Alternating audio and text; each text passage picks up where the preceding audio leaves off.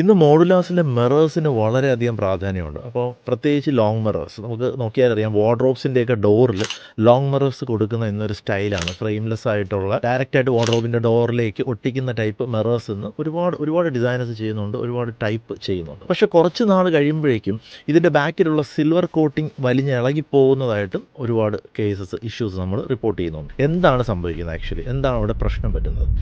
Normally നമ്മൾ ഈ glass എന്ന് പറയുന്ന ഒരു സിൽവർ കോട്ടിംഗ് ഉള്ള ഒരു മെറ്റീരിയൽ ഒരു ഡോറിലേക്ക് ഒട്ടിക്കുമ്പോൾ ഉപയോഗിക്കുന്ന ഗമ്മിലാണ് ഈ പ്രശ്നം വരുന്നത്. എല്ലാവരും കുറച്ച് ഈസി ആയിട്ട് ചെയ്യാൻ വേണ്ടിയിട്ട് എന്താ ചെയ്യുന്നത്? സിലിക്കണാണ് കൂടുതൽ ഉപയോഗിച്ച് വരുന്നത്. സിലിക്കൺ ഒരു പ്രശ്നമുണ്ട്. നമ്മുടെ കാലാവസ്ഥയ്ക്കനുസരിച്ച് വ്യതിയാനം സംഭവിക്കും. അതിന് എക്സ്പാൻഷൻ കോൺട്രാക്ഷൻ എന്ന് പറയുന്ന ഒരു ഇഷ്യൂ സംഭവിക്കുന്നുണ്ട്.